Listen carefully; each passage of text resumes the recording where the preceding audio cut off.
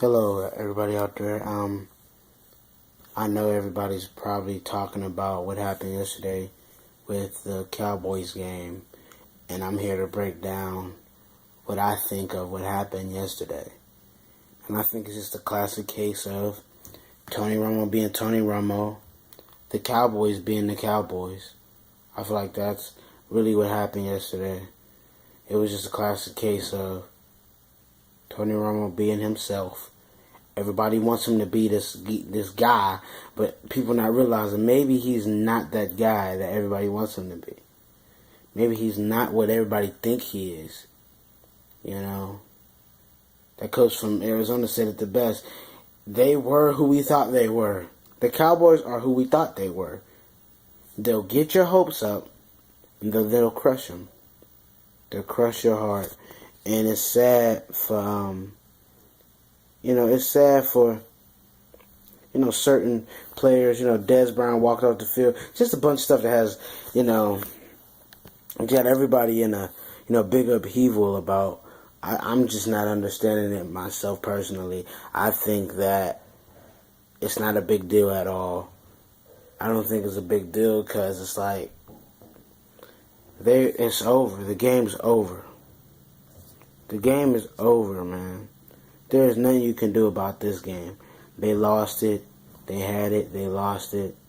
Tony Romo you can't get that, as a veteran, you can't get that loose with the football.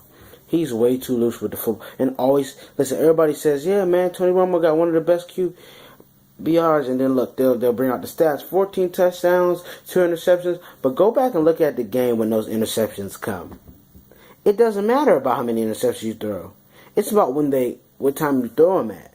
Like, if y'all have a chance to win the game and he's throwing picks, it doesn't matter if you only threw 2 in the season. That's 2 games that you lost on your arm. And at the end of the day, them type of games, like tiebreakers, come into effect. You never know. You never know what comes into effect when you do stuff like that.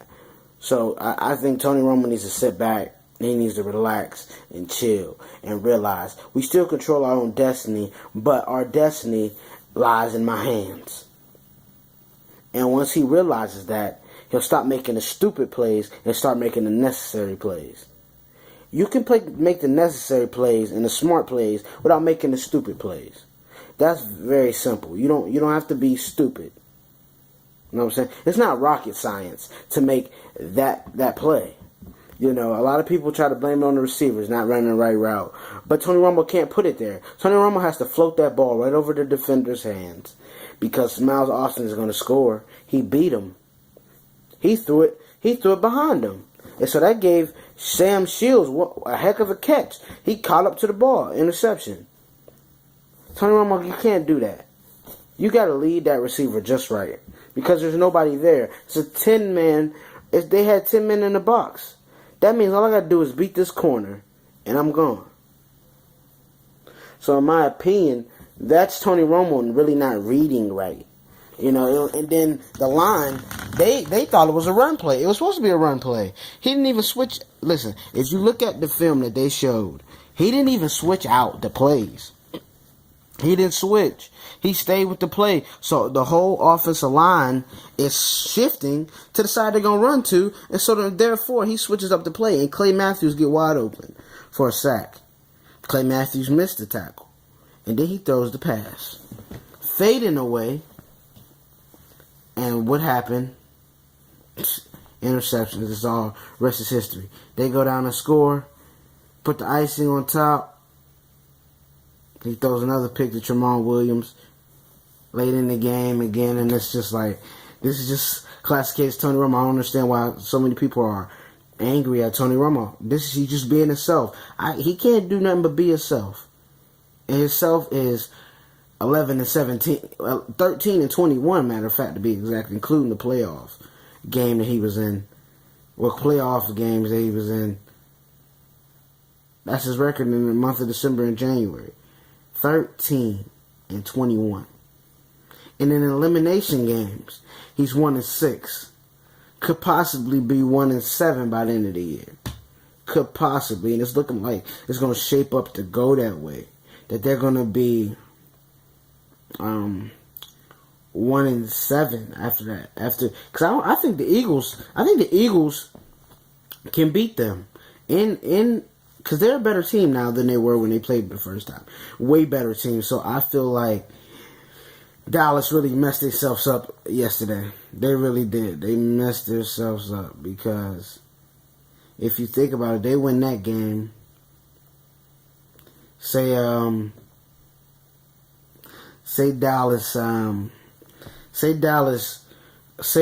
wins that game yesterday. Philly already lost theirs, so that puts Dallas ahead. If Philly lose their game next week and Dallas wins, they clinch the division because of the divisional record. The record in the division. They would clinch it next week. They would have a chance to clinch the division next week. So, I mean, at the end of the day, if you look at it, something got to give. And somebody got to win this division. And I feel like at the end of the day, it would be the Philadelphia Eagles. So that wraps up my special report over the break edition. I'll probably be doing a couple of these over the break since I ain't on the radio until I got to go back to school. So make sure I stay tuned. Ustream/WBVR.com. Tune into that. Hashtag Sports Files Season 2 starting January 13th. Make sure you're there 4 to 5 p.m. We're going to be doing our thing. DJ Fresh, Malibu Lou, we're back. We're going to have special guests on the show probably to open it up. We're going to have a bunch of stuff going on. So, y'all be ready. Y'all stay tuned. All right, I'm out. Peace.